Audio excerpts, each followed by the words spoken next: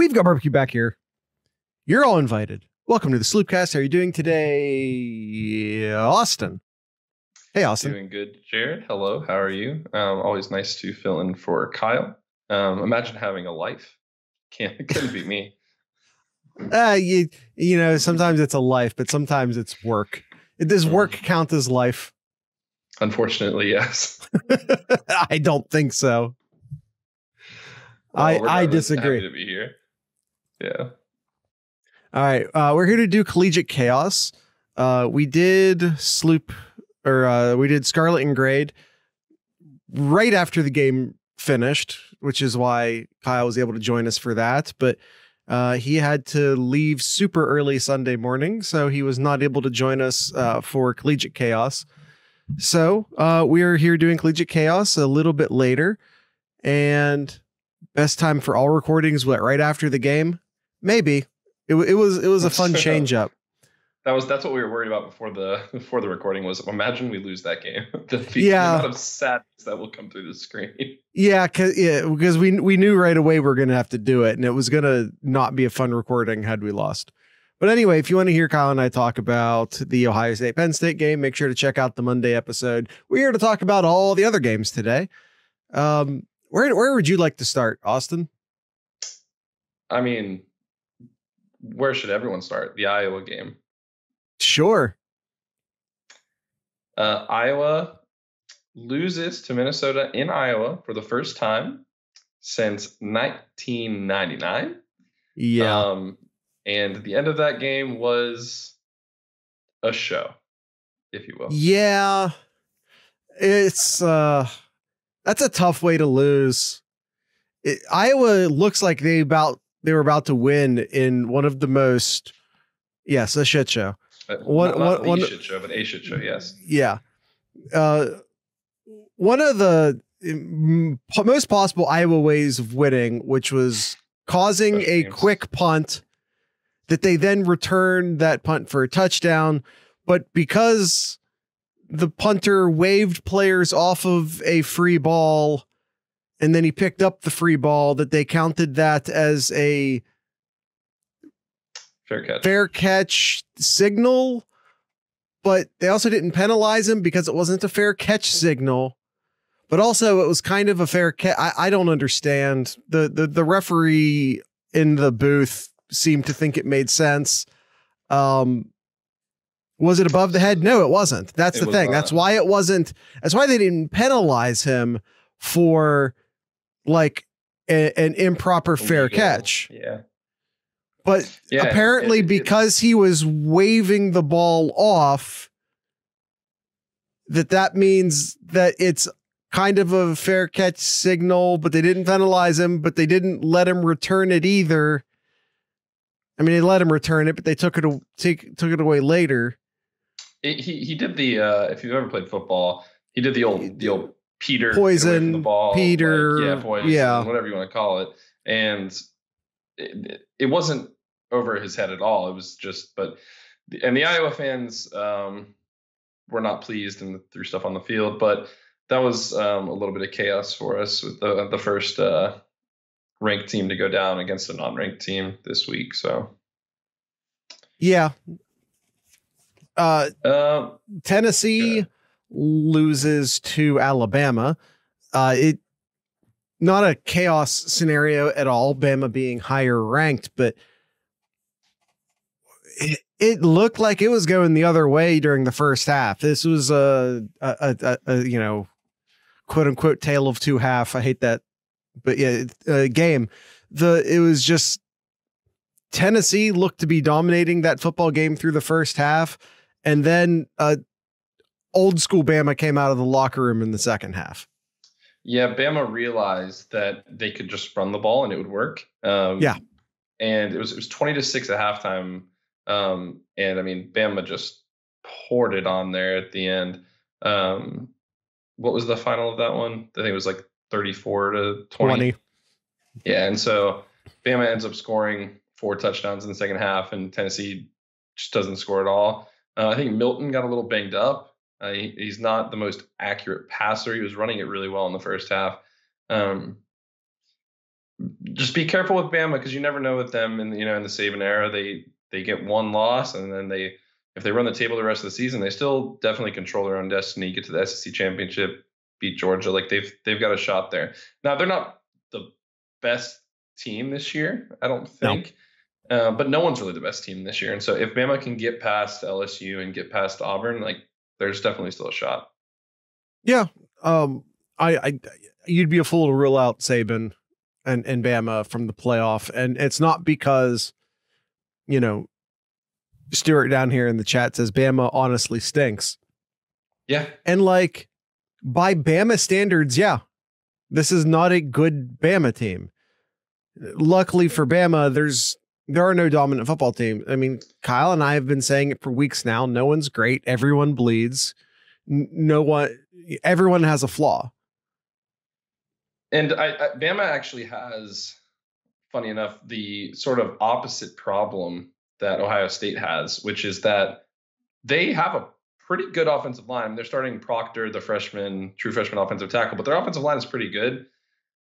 They don't have the quarterback. And as much as people want to say things about McCord and all of that, like Ohio State has the quarterback. They just don't have the line to really produce right now. And Bama has the sort of opposite problem. I don't like Alabama's line at all right now. I think their problem is almost their offensive line problems are both there as Ohio State's, but almost like in a different way, whereas Ohio State has a bunch of guys who've stuck around.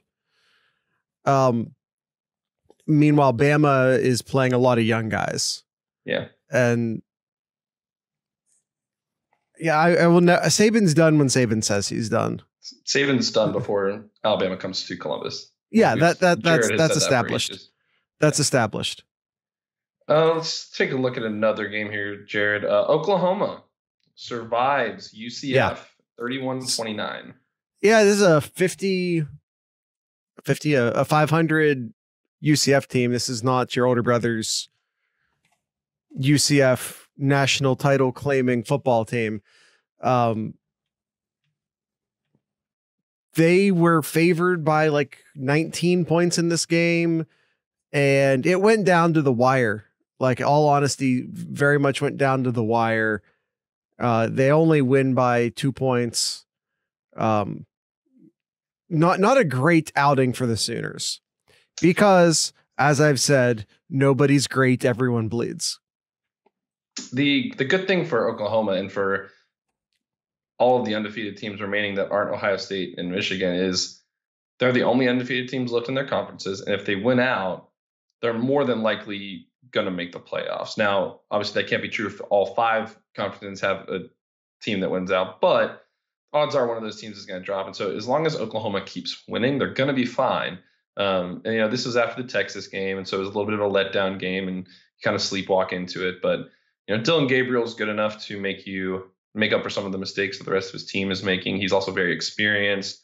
And, UCF had a chance to tie it with the 2-point conversion at the end of the game. And, Chop Daddy asked, do 2 Big Ten teams make the playoffs? Find out when we go to the rankings in just a second. Yeah, I would say very possible. Yeah, I would say so. Zach says, talking about Oklahoma, like the Cincinnati game. That's a valid point. This is the second time Oklahoma's done this season where they've been. Yeah, it feels like they're a team that a lot of teams are like this, that they play to the level of their competition.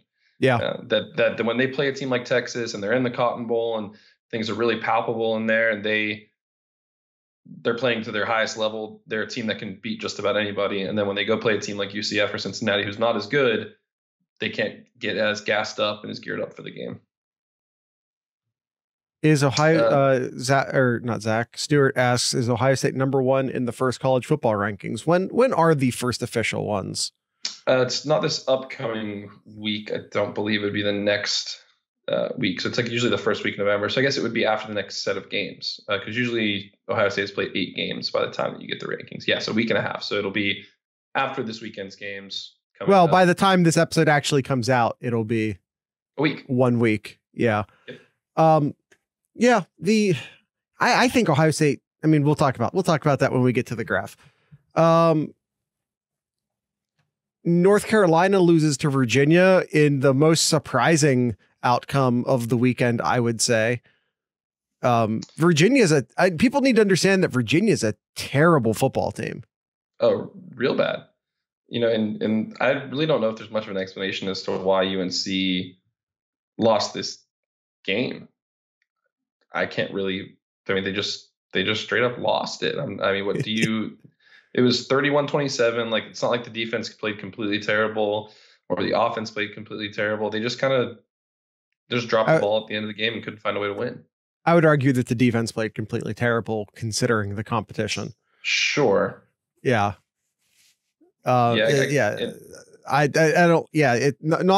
a great weekend in the Raleigh-Durham area for sure. I have no idea what NC State does, but who honestly cares about NC State at this point? If Drake May can score you 27 points against the Virginia team, you're thinking you have a shot to win that game. And I would agree. Zach says, how about them Canes? Yeah, Miami beats Clemson. We don't really care. Yeah, isn't that awesome? It's the best. It's just like, Clemson lost another game. Meh, whatever. The absolute height of Clemson, like the beginning of the end for Clemson was whenever Dabo ranked Ohio State 11th, and everything was downhill from there. We like many teams, I believe we broke them in 2020. Miami fashion, funny enough. Not exclusive to Miami. There's a long list of broken teams out there. Jared, Texas survives Houston 31-24. This is another nail biter in the Big 12. It came another game down to the wire. Houston was a spot away. A real questionable spot away Very from winning, not winning, but being in position to win the game. Yeah, they probably go for 2 if they score. Yeah, I mean, it's not like, if anyone didn't see, there was a first down that occurred on the field that was not reffed on the field, in my opinion. Now, Houston still would have had to get the touchdown, and Houston still would have had a extra point after that. So, I don't want to say, because they had to get 2 just to tie it, and then that would have taken you to overtime. Yes, Quinn got hurt. That obviously plays into, Texas not performing all that well. Yeah, but I mean, you still expect Texas to win without him. I mean, their backup quarterbacks are good enough to, you would hope, close out the game. At the end of the day, they did win. And some other teams that won, Jared, just to touch on them, because we don't need to go completely into their games, but Liberty, Air Force, and James Madison all stay undefeated. Yep. Somewhat noteworthy. And then Oregon was in a pretty good game with Washington State there for a while. They end up pulling away a little bit at the end, and they win 38-24. Tulane beats North Texas by a touchdown. Who was the quarterback that kept Manning on the sidelines? I forget his name, but here's what you have to remember about Archie Manning. He played very small high school football. He's not ready. That's the backup quarterback for Texas is Malik Murphy. Malik Murphy. There you go. So I don't think he's keeping Archie on the sideline. I think Archie just isn't ready yet. I know his last name's Manning. I get it, but and he'll be fine. He'll be good. But yeah. He's, like I said, he played very small high school football. He's not ready. I'm not sure why Malik Murphy sounds familiar to you. Ole Miss beats Auburn 28-21. It was a game going into the fourth quarter. Ole Miss scored a late touchdown to kind of put it out of reach. Auburn gets another touchdown to make it a one-score game, but almost got a little bit of chaos there. That's your 12th ranked Rebels, by the way, almost losing to Auburn. So Auburn's going to eventually play spoiler against somebody. They almost did against Georgia. They almost did against Ole Miss. They've got a shot to really beat somebody.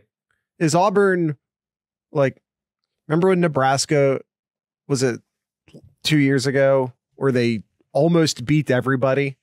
One-score games, yeah. Yeah, where all of their games except one were lost by a single score. But they just kept losing, earning themselves the title of the best whatever record team they were of all time. I believe the only game that Nebraska lost that season that was by more than one score was against Ohio State, and they lost by 9.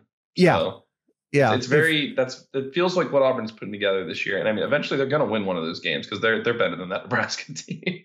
And the SEC is not that good this year. Yeah, that's the other thing. You'd almost feel bad for Auburn, except that the SEC is very down this year. So it almost feels like it's a missed opportunity for them more than it is. It's not a Penn State situation, I guess, is my point, where if you were a better person than I am, you'd almost start to feel bad for Penn State, because they've had some really good teams, but they just haven't been able to beat Ohio State or Michigan in a consistent enough manner to, make the playoffs. And it's just, they will have the opportunity starting. We offered him in 19. That's why. There you go. Oh, there you go. What other Stuart game? With the recruiting memory? Yeah. Michigan beats Michigan State 49-0. Great. They still haven't played anybody. Florida State knocks off Duke in the other ranked game that week. Last week it was 38-20, but I feel like that doesn't really tell the story of the game. No. They lost Leonard, the quarterback, Duke again. Had he stayed in the game, it could have played out differently. The game was still very close at that time. He goes out, and then Duke just didn't have any offense anymore after that. Yeah, they've got a pretty good running back, but I mean, it's hard to, when you're backup quarterback, when the drop off is that huge. I mean, it feels like a few years ago, since this is an Ohio State podcast, when we had Fields and then the backup was Chugunov. That feels like what they're now. Obviously, I'm not saying Riley Leonard is Justin Fields, but the drop off is similar, where your starting quarterback is really good and your backup quarterback is just like, he's okay. But when you're playing the 4th ranked team in the country, okay is not going to cut it. If he plays the whole game, it's probably a different story. But unfortunately, he gets knocked out, just nagging injuries. But he's a heck of a ball player, so I'm hoping to see him back this season or maybe next. Can we beat Sparty 69-0? Is the night game versus Michigan State going to be epic? I'm going to say no to both of those. Could Ohio State shut out Sparty? Yeah. I don't think that. I don't see Day putting up that many points on Michigan State. He want to. I mean, he wants in those type of games, he's going to be trying to get the running game going. It's going to be a work on the running game, don't show anything off sort of game. Ohio State is at this point just building up to the game against Michigan. Yeah. I mean, we're past Penn State, we're past Notre Dame. We're just building up to that game. Speaking of building up to games, I'm sure. Let's not look too far past Wisconsin, though. Yeah, Wisconsin, they have the. They're good enough that you can't screw around. Yeah. Jared, speaking of not screwing around, Utah beats USC again, 34-32 with the last second field goal. Utah owns USC. Yeah, it's the 3rd straight win for Utah over USC in heartbreaking fashion. Yeah. A late turnover by Caleb Williams, a huge punt return for USC. Looks like it's going to put it away. Utah drives the length of the field, kicks a field goal, and wins by 2. Yes, Caleb Williams is mid. I've been saying it all along. Wait till you get to the chart where you see what Kyle had to say about USC. Yeah. Speaking of, are we ready to jump to the chart? Yeah, just real quick. Washington beat Arizona State 15-7. Peculiar. Yeah, I just wanted to touch on that one as we get into the chart. But yeah, let's get into the rankings. Zachariah Branch should have been a Buckeye. Should have been. All right, let's jump to the rankings.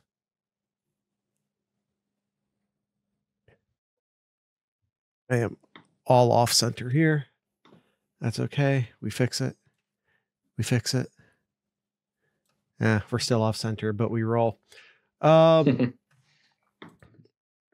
wonder if I can do this on the fly. Nope, that's just going to make things worse. Okay, we're not worried about that. We're just going to be off center. It's fine. I know, but that really hurts a certain part of my brain for it not to be on center. But I'm going to waste everyone's time if I try and fix it. Washington. Okay, current S tier. If you're new here, only 4 teams are allowed in S tier. It is our de facto playoff selection. So that is where we put the that's where we put our top 4 teams. We do put those teams in order. The next tier are the teams that are just outside of the playoff picture. The next tier are that would be A tier. Then the next tier, which is B tier, are teams that we think have an outside possibility, a long shot outside possibility to maybe get into the playoffs, or at least like one of the proper New Year's Day, bowl games. New Year's 6 bowl games. That's what they're called. Yeah. I couldn't think of New Year's 6. I didn't my Adderall today. My ability to pull names is garbage right now. So currently in our S tier, in this order, and by the way, we only order the S tier, if I didn't say that already. All the other ones are just tiered. We do order the S tier, though. S tier is currently Washington, Ohio State, Oklahoma, Florida State.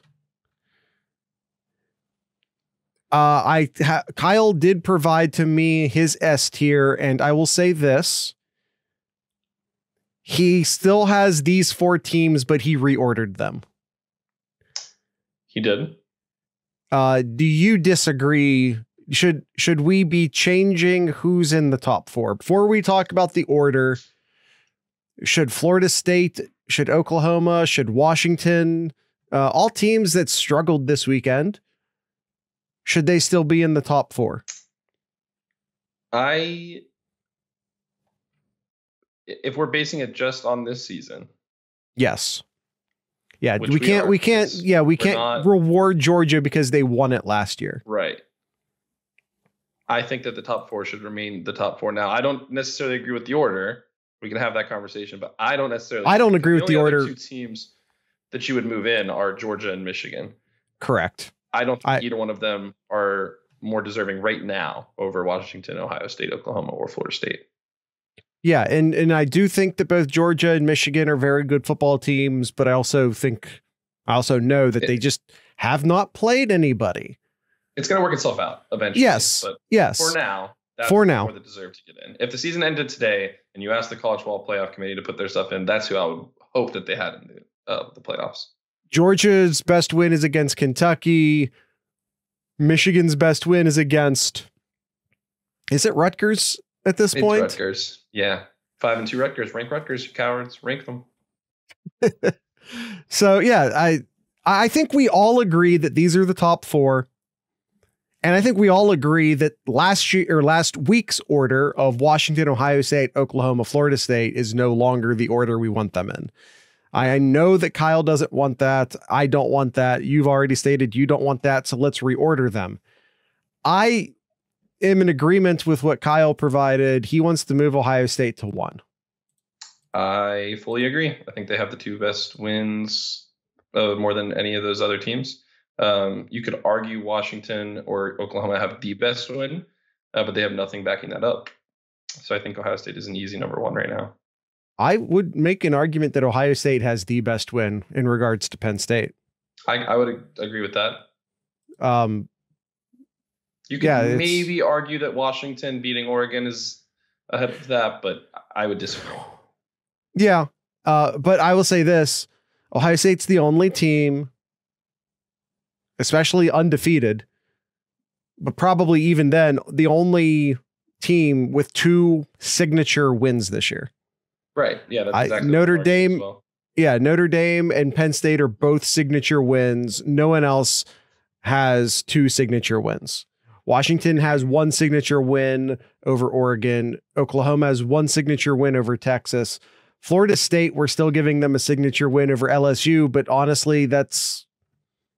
And the Duke win now, which they have 2 losses now. So it's yeah, you could make that argument, but none of those wins are as good as Penn State. So no. Or even I would argue better than the Notre Dame win. I personally, I do want to move Florida State up to number 2, even if the Duke win is questionable as far as how signature it is or isn't. I still want to say it's a pretty good win. Jared, I hate to be this guy, but I agree. Okay. Kyle still has Washington at 2, but I think we outvoted him. So we will be bumping Florida State up to 2.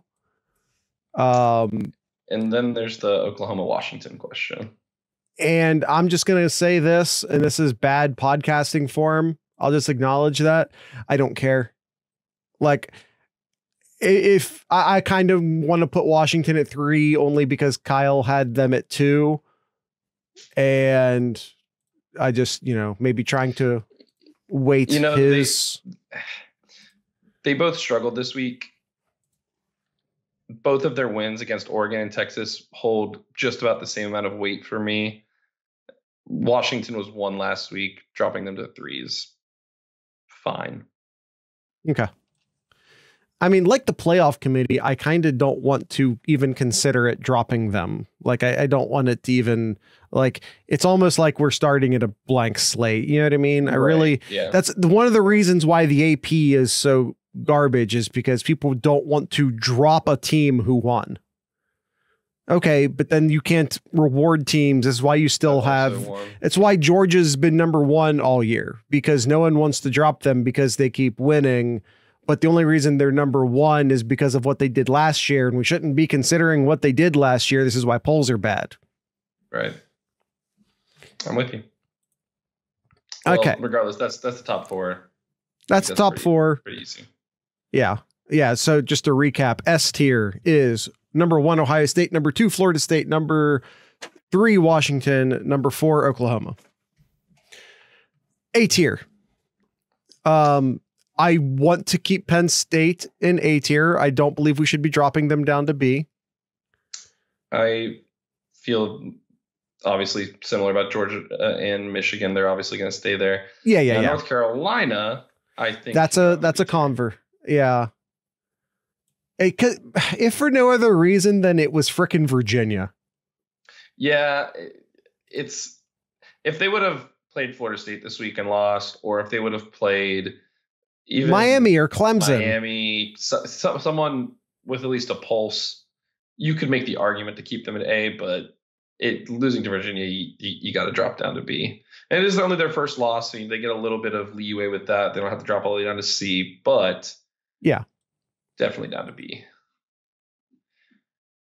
Then we have our group of 1-loss teams.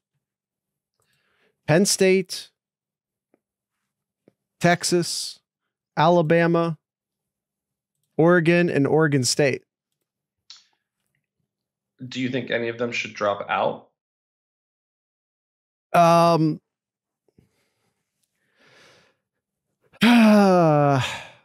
mean, I kind of don't think Oregon State is real, but I don't want to drop them out just because I kind of don't think they're real. That doesn't seem like a fair thing. So I feel, and I have a little bit, for anyone who's just listening to this, I have a little bit of a space in between Georgia and Michigan, and then our one-loss teams in Penn State, Texas, Alabama, Oregon, Oregon State. There's a little bit of an extra gap in there. So we almost have like a high A and a low A now. The thing with Oregon State is that their next 3 games are against Arizona, Colorado, and Stanford. So we're not going to know much about them there, but they end the season. Arizona's sneaky good right now, though. They are. That's a Pac-12 After Dark, by the way. If any of you want to catch that on the Pac-12 network. Oh. But they end the season at home to Washington and away to Oregon back-to-back on a Friday night. So we'll learn about them then. So until they lose, they can stay in A tier. Yeah. So I think the teams that are still in A tier are fair to stay there. There are a couple teams that I think should move from B to A, though. Okay. I'm willing to hear this. I think there's also some teams that should move from B to C, but let's not get ahead of ourselves. Yeah. who should move up into A tier from B tier, in your opinion? I think the obvious one, and the one that I would argue has to be done, is Utah. They get a win over USC. They only have one loss. Their one loss was to who was their loss to? It was to Oregon State, right? I think by like 2 touchdowns, but it was in September. Yeah. They have some big games coming up. They play Oregon this week. So we'll learn, but I think for now they deserve to be in A tier. And Kyle agrees with you, by the way. He did note that he wanted Utah and one other team moved from B to A. And the other team is Ole Miss, which is also what Kyle said. Now you could, if you want to make the argument to keep them in B, I would hear it, but if you're okay with it, I think A is fine for them. Again, all of these things are sort of going to get worked out. Ole Miss's only losses to Bama as of right now. My issue with Ole Miss at this point, though, is that when they're playing lesser teams, they're playing down to them, which if you're Oklahoma is one thing because you're still undefeated if you're Oklahoma. But if you're Ole Miss, it's like you should be beating a team like Auburn more handedly, I would say. Yeah, and unfortunately for Ole Miss, they drew Georgia out of the East this year, so I'm not sure they'll stay in A tier for too long. Maybe they'll surprise us and give us an upset. But I don't think any Georgia's flawed too. It's possible. I mean, it's definitely possible that they could lose that game. That if the game goes over, Ole Miss will win. If the game goes under, Georgia will win. I would agree with that. But then again, we did say that about the Penn State Ohio State game too. We were wrong about that one. Hey, that's in the past. Hakuna Matata. What a wonderful day. Yeah. I don't think any other team should be jumping from B to A. So if you want to have the B to C argument, what you got? Duke was fun while it lasted. It's probably time to move Duke down to. Yeah. Should we be making the same argument with Tennessee? They only have 2 losses, but one of their losses is to Florida. Yeah. Florida's not good. Correct. But like, how elite are we thinking B tier is? That's the question. Not super elite. I think at a certain point, like in my mind, I'm tempted to leave A tier as just Georgia and Michigan and dump everyone down into B tier. But I think we're a week or 2 away from that. I feel like that's a conversation that shouldn't be happening now, but might be a November conversation once a little bit more stuff is worked out. Sure. Because like in B tier right now is Notre Dame. And Notre Dame's quote unquote good loss to Ohio State is a good loss. Ohio State beating Penn State helps solidify that even better as a good loss. However, their comeback win, and by comeback, I mean like their re-vindicating win is against USC, who just lost again. Well, speaking of USC, Jared, Kyle wants to drop USC to the M tier. How do you feel about that?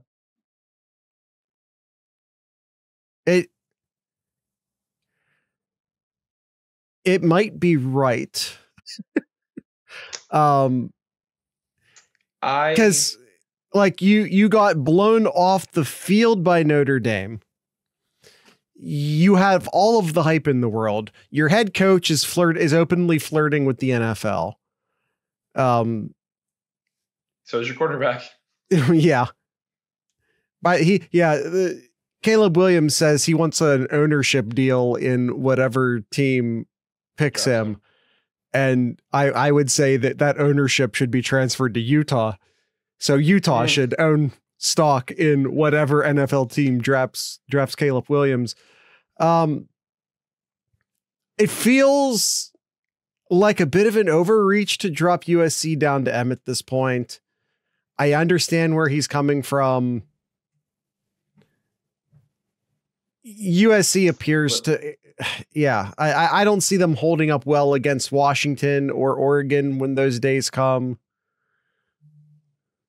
Well, listen. No one. Them almost giving the game away against Colorado should be considered in this as well.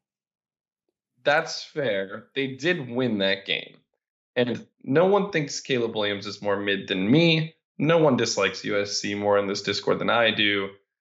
Can you be more mid? Isn't that being like extra medium? No, you can't. But that doesn't fit my narrative, so let me continue. Okay.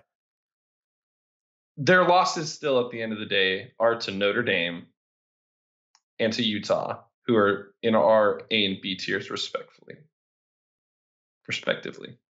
Yes. I feel like you can't drop a team to M tier for that. I think that's if you want valid. To drop them to the C tier, all for dropping them to the C tier. But M tier is a little much. I tend to agree with you at this point in time. I'm just double checking something real quick. Well, I guess we'll get to that. We'll get to that conversation when we get there. So yeah, I'm comfortable moving USC down into C tier.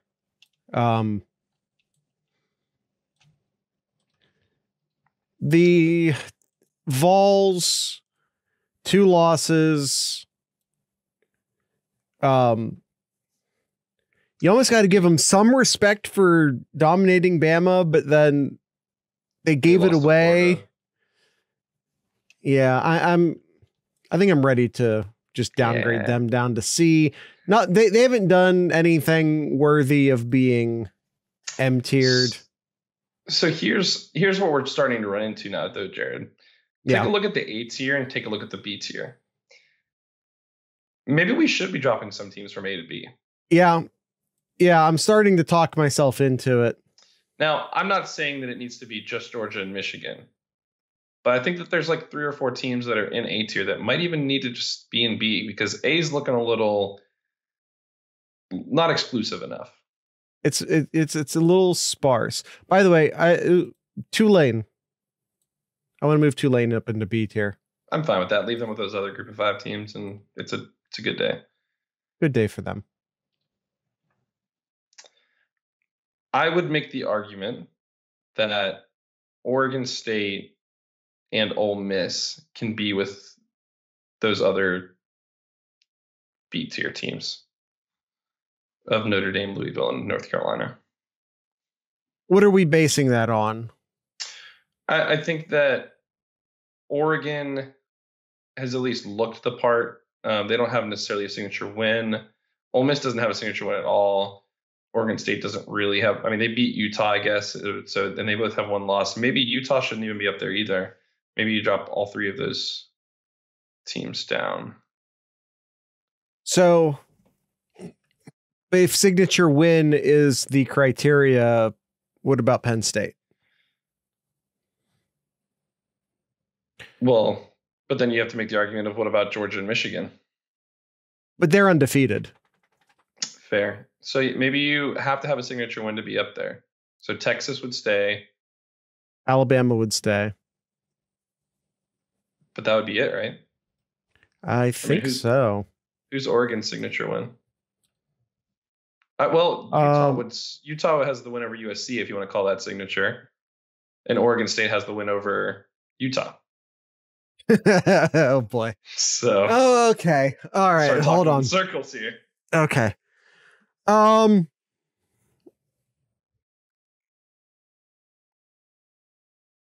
Texas absolutely stays in A. Alabama absolutely stays in A. I kind of want to leave Penn State in A because their one loss is against our number one team in a game that they were in down to the wire. I think you can reasonably drop Oregon, Oregon State, Utah, and Ole Miss. Well, I kind of want to leave Oregon up there too, because literally we can say the same thing about them that I just said about Penn State, except against Washington. So you want to drop Oregon, Utah, and Ole Miss? I think so. Oregon State, sorry. I feel like that's fair. I think it'll start working itself out. Utah, I think I think the argument that is made is that Utah would be the one team that I would want to keep in there. But the issue is Utah lost to a team that is also being dropped to B tier. And you can't have Utah in A tier without having Oregon State there. I think that looks good because now we have 6 teams: Georgia, Michigan, Texas, Alabama, Penn State, and Oregon in A tier. And then the group of 5 teams and 6 other teams in B tier. Yeah, this feels right to me. Now, are there any teams that are in C tier that you would move up to B? We already moved Tulane up. Yep. Houston had a good showing, but lost. Arizona, I still think is a sneaky good team, but I'm not going to move them up into B tier just because they appear to at least be pretty fun. Minnesota has a win, but that's not happening. UCLA had a win, but that's not happening. Rutgers is still 5-2 on the season, which is great for Rutgers, but they got demolished. Let's take a look at Missouri. Missouri is a convo. Missouri is a convo. Missouri, who's their best win right now? Kentucky. Their 1 losses to LSU by 10. Yeah. They beat Kansas State. Is Kansas State good? Not really. Not a signature win by any means. I mean, Kansas State is 5-2. I don't care if Kansas State's 5 or 2. Kentucky.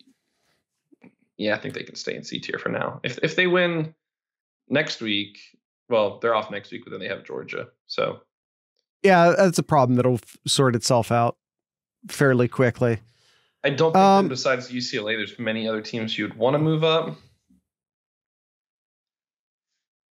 I agree. I'm just looking over it and I'm just not seeing anything. Later start. Yeah, I'm not seeing it. I think that if that is the case, then there are 3 teams that I would like to nominate for the M tier. Okay. Number 1, Michigan State. Did we ever have expectations for Michigan State? But okay, I'm taking their coaching situation into account. And they did just lose 49-0 against who they claim to be their biggest rival. I know, but we can't just put teams in M tier because they're bad. There's a certain level of how did LSU disappointment by losing 2 games in September. Okay. By being a team that was supposed to be the first or second team in the vaunted SEC West and then losing twice in September. Okay. That's having expectations and failing spectacularly. I think that's what M tier is to me. Then my other two won't fit then either, because the other two that I had were Mississippi State and Arkansas for playing to a 7-3 game. That was one of the most sloppy games that I've ever seen. That can be like an honorable week. I at least wanted to mention it. It was pitiful. Yeah, we'll call that an honorable weekly M tier, but not making it on the big board. I'm happy with that then, as long as we're acknowledging that was terrible football. Yeah. Cool. Then I feel pretty good about this list. Then, Jared, I'm glad A is a little more exclusive, and again, it's all going to work itself out anyways. Yeah, I would say so. Yeah, I do think if the criteria for A is just outside the playoffs, then it's not. Those are about the 6 teams that are just outside. Yeah, then yes, I mean, you're correct. It was, I think, a good move to take Oregon State, Utah, and Ole Miss and bump them down because they don't feel just outside the playoffs to me. No, they're on the next tier over. Yeah, and the 6 plus 4, the 10 teams we have now are, I would say, I would be surprised at this point if anyone outside of this group makes the playoffs. I wouldn't be shocked. Don't get me wrong. I'm not saying I'd be shocked. I think there is, and this is why B tier exists. It is a possibility that Notre Dame at least sniffs the playoffs. It is a possibility that Ole Miss maybe sniffs. I mean, Ole Miss can beat Georgia. If Ole Miss can beat Georgia, then, you know, they're still going to have. Argument. At that point, they jump up into A for sure, maybe even S tier. Well, the problem is that they don't control their own destiny in the SEC West. That's true. But honestly, that might even help them a little bit. If you end up 11-1 and not have to play in a conference championship game. That's a good point. You never know. Never know. But I think the idea is right, though, is that obviously those teams in S tier control their own fate. So do Georgia and Michigan. Texas, Alabama, Penn State, and Oregon need a little bit of help, but for the most part can control their own destiny. The teams in B tier are going to need a good bit of help, even Oregon State, Utah, and Ole Miss to make the playoffs. So I like where we landed. I do too. I think this is a good tier list. M tier is still LSU, Clemson, and Colorado. I'm interested to see if LSU can work their way out of M tier because they've played. I think it's possible. They play Bama, so win that game and you're out of there. Yeah, pretty easily. Yeah, I would say so. Might even have a chance to jump up into B tier if you win that game. Weirdly enough, yeah, I think that's absolutely true. All right. I think that's it. I think that's the show. Sounds good to me. All right. Do you have any, everyone come join the Discord server. It's a lot of fun. You get to, for $3 a month, you can watch us record these live. But you don't need to pay anything to join the Discord server. The Discord server is free. We all hang and chat, all day on Saturday. We have a social screen that everyone in the Discord server is invited to, every week. Most of the time it's at night, but not always at night, when we watch the games, but we did get together and watch the evening slate of games this week. And had some fun endings. Yeah. But yeah, that's it. That's the plug I feel like doing. Do you have anything in Austin's corner, Austin? Not really. Ohio State did have a visit from an offensive tackle that we're interested in 2025. So that's exciting. I know everyone wants offensive tackles added to the roster, especially that being one of our biggest problems right now. But that's 2025 so far away. You never know what you're going to get with those kids. It was a good recruiting weekend. They had a ton of kids in. I'm scrolling through our recruiting channel, which you guys can see me scrolling through it on the Discord chat, for the video folk. Yeah, Carter Lowe is someone who you were talking about, the 2025 tackle, who I've had in the mock for as long as we've had a 2025 mock. I think maybe more interesting is Devin Sanchez, who is getting a lot of Ohio State buzz, and Madden Ferriamo, who is getting some Ohio State buzz coming out of this weekend. Which those are two guys who were not previously serious contenders as far as my mock goes. So that's, I might have to make some adjustments there. So, with the 2025 class especially, we're still just sort of poking and figuring it out still. And then one other thing that I would like to touch on is that Ohio State basketball actually had their first preseason exhibition game today, as we're recording this, yesterday or 2 days ago, as you guys are listening to this. And they do tip off the season starting November 6th. That's coming up real soon. Get some basketball fix in. So, yeah, as football season comes to an end, we get to look forward to some Ohio State basketball. So, well, look forward to is a strong word, but we get to watch some Ohio State basketball. Yeah. Yeah. And let's not talk about football ending yet. I'm not mentally prepared for that. We still got 6 more games, 7, 8 maybe. We'll see. 8. Let's lean into 8. 8 it is. I think Ohio State. I honestly think right now Ohio State can hang with anybody. Yeah, I agree, especially with the defense. I mean,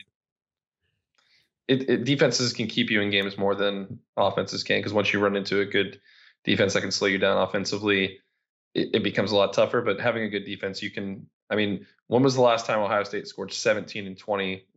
Respectively against top tier opponents and was able to win the game? It's been a long time. I mean, this team, and I've seen a lot of people say it on social media, on boards. McCord is giving off a lot of Krenzel vibes. Maybe Krenzel won a title. Exactly, and that's the argument that people are making. And by the way, purely like 2002, and McCord is way better than he ever was. Yes, without question. Yes. But the idea is still the same, that this is someone who, as much as people want to complain and want to bitch about how he's played this year, this is someone who can lead Ohio State to a championship with the roster that's currently constructed. So he is not through his maturity, through his, if you want to compare like 8 starts of McCord versus 8 starts of Stroud, he's not where Stroud was. But he is also playing very well. You have 4 years of Fields and Stroud, who are both NFL caliber. Both of them were worth top 10 draft picks. And then if McCord is like just a first round quarterback, but you know what I mean? Like, yeah. Oh, he's not a top 10 quarterback. He might be like a late first, early second quarterback. Oh, okay. That's still pretty good. Yeah, it's still real good. And I think the most underrated part of his game that I don't think enough people talk about. Ohio State has played 7 games. Is that right? Yes. I think it's 7. Kyle McCord has thrown 1 interception. Yeah. 1. He does not turn the ball over. He can, I mean, he's fumbled a couple times, but some of those weren't his fault, getting hit on the blind side or getting the ball strip sacked out. Like he's going to take care of the ball. He's a great leader. I mean, you saw how everyone reacted whenever they beat Notre Dame there at the end. Like everyone's bought into him being the quarterback. Like this is a guy. I mean, I see you Ohio State fans. I see you complaining about him. And listen, I'm not, again, like Jared just said, I'm not saying he's CJ Stroud. I'm not saying he's Justin Fields, but Ohio State can win a championship with Kyle McCord as the quarterback. And by the way, if you gave Kyle McCord the offensive line that CJ Stroud had last year, Kyle McCord would be playing a lot better. Kyle McCord does not have the luxury of being able to lean on a run game. No, he doesn't have it. No, they can't do it. So even as I say, he's not performing as well as CJ Stroud did to this point. Okay, CJ Stroud had a lot more at his disposal as far as having an offensive line and a running game in front of him. Now, Kyle McCord, on the other hand, does have the advantage of not having to win the game by scoring 1,000,000 points. Yeah. So, how much of that is a trade-off, I don't know. But I'm sure Kyle McCord would take an offensive line if an offensive line was offered to him. He also has the best version of Maserati Marv. So shout out to Gus Johnson. That's true. But, you know, the Fields and Stroud weren't lacking for wide receivers either. Yeah. All right, Jared. That's the end of the show. Yeah. Thanks for having me on again. Thanks for filling in. Tonight's ending artist is Two Cow Garage, sort of a folk punk band out of the Columbus area. So with all that being said, I'd like to encourage everyone to drink local beer, listen to local music, and of course, support your local podcasters. Once again, Two Cow Garage.